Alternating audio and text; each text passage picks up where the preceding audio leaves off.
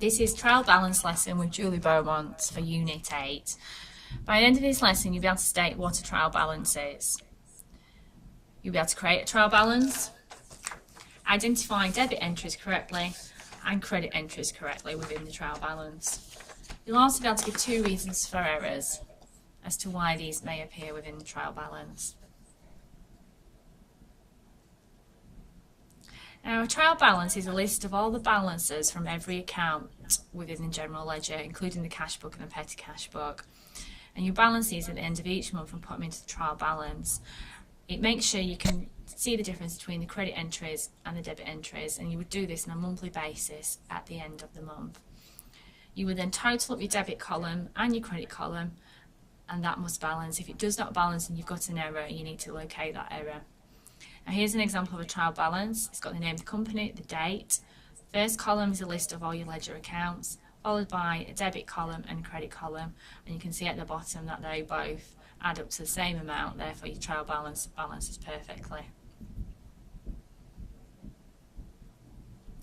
Now, just to confirm, the trial balance tests to see if the double entry process has been applied correctly, that you've got no errors. It lists all your balances from the general ledger so you can clearly see them.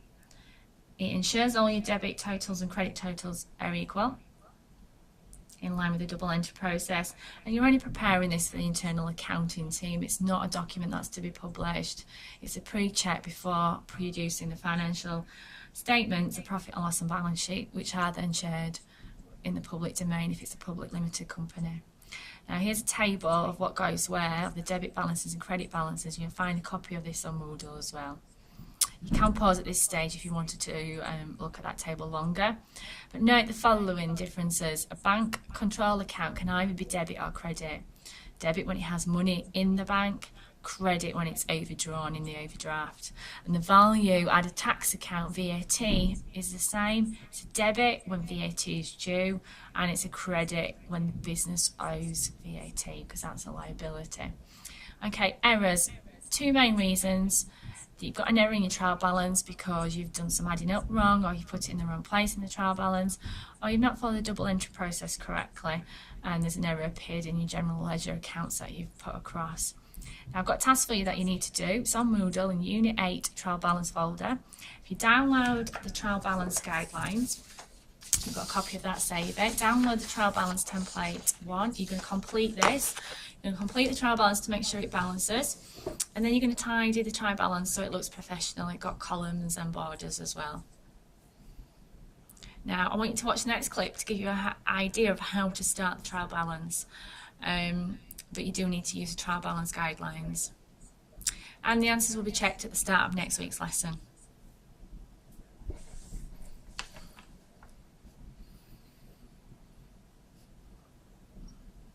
Okay, so watch this clip now. This is a copy of the trial balance template 1, showing you a list of all the ledger accounts, what's in there, but you need to move them into the appropriate debit or credit columns.